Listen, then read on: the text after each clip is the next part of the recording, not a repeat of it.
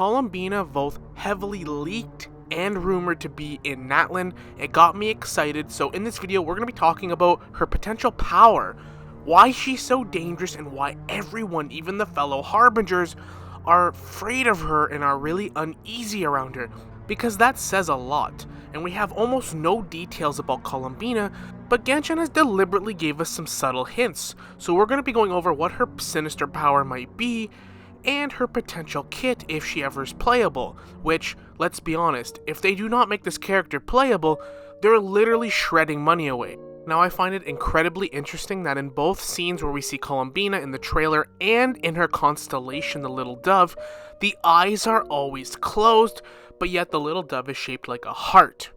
And the little dove is seen with its eyes closed yet again, but crying in the shape of a heart. That is incredibly specific, don't you think?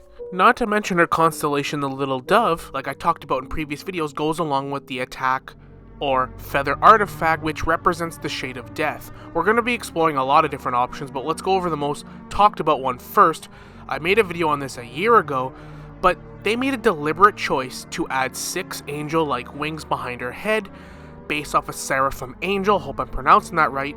So it is obviously heavily suggested that she might be a celestial being, the shade or angel of death, or some kind of Seelie. I even heard interesting theories that she might be one of the Moon Sisters.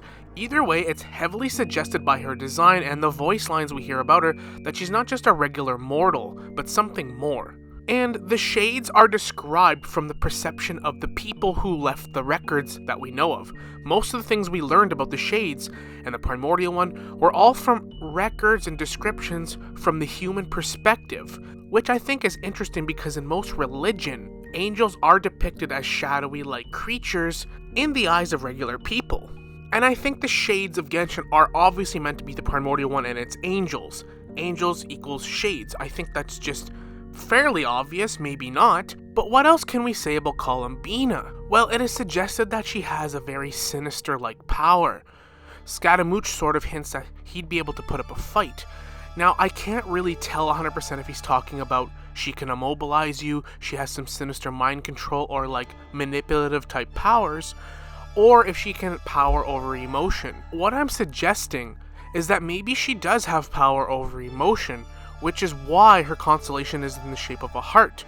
Maybe she can immobilize you through your emotions or make you self-destruct or a danger to yourself or some really creepy sinister power. Tartaglia admits that he isn't even close to the captain's strength, but he's excited at the prospect of being noticed by him and that the captain is just a straight up powerful being. But Columbina seems to make him feel uneasy, suggesting that there's something not quite right about her. These are both very big details, because it paints a picture that Columbina, there's much more than meets the eye. Speaking of eyes, she always seems to have her eyes closed, including her constellation, so I'm wondering if this sinister power that she has is something to do with making eye contact with her. In the trailer, while all the other Harbingers are bickering and discussing things, she's just lying on the casket singing with her eyes closed, and at the end when you see all the Harbingers, she has her eyes closed there as well. So I'm really wondering if making eye contact with her is one of her greatest strengths, and that she keeps her eyes closed so that she doesn't actually torment or maybe even kill one of her colleagues by mistake.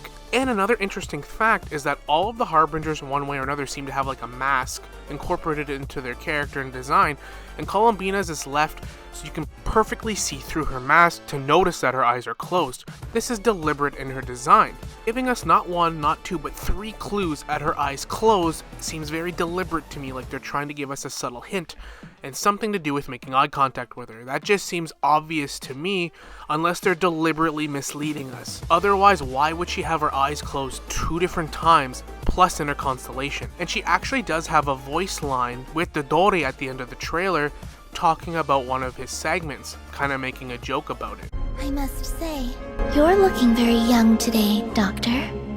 You know very well that I do not take that as a compliment. So, where's the segment in the prime of his life, then? He's busy with a little experiment in blasphemy.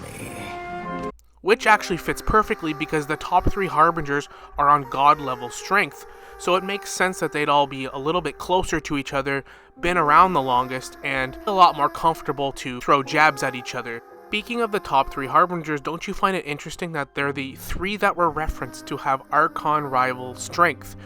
And they all seem to represent a different aspect of strength. The captain is the most purest form of that, being just like brutally strong, combative. He's like a Thor and Captain America type of character that just goes in it head first. The Doctor is sort of like the Iron Man of the team. He's methodical, intellectual, smart.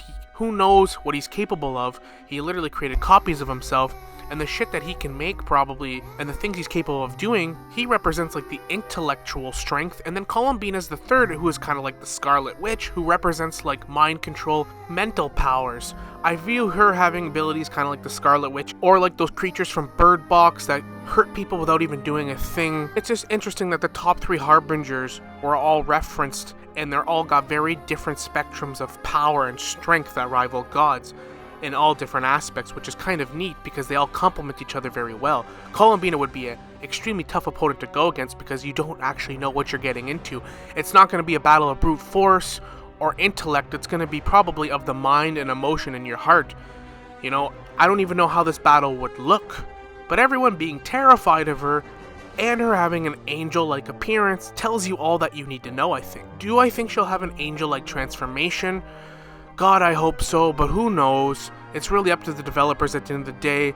They have the potential to do something truly amazing with this character, and I know that she's a very popular Harbinger, so for them to fumble this would be just awful. Now, as far as her actual being playable, I would assume she would be Animo.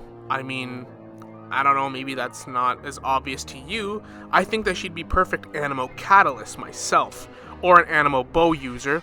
Seeing as that some angels are depicted having a bow and arrow, so I think an Animo Bow or Animo Catalyst would suit her, and all Harbingers for the most part seem to be EPS offensive weapons, so give her like a Berserker angel-like transformation for her burst or her skill, and let her just wreak havoc on everything. I think that'd be the way to go. And let her fly like the Wanderer, but much better and longer.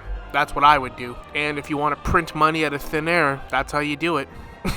Tell me I'm wrong in the comments, but I don't think anyone's going to object to that. I already talked about in other videos what I think her role would be in Natlan.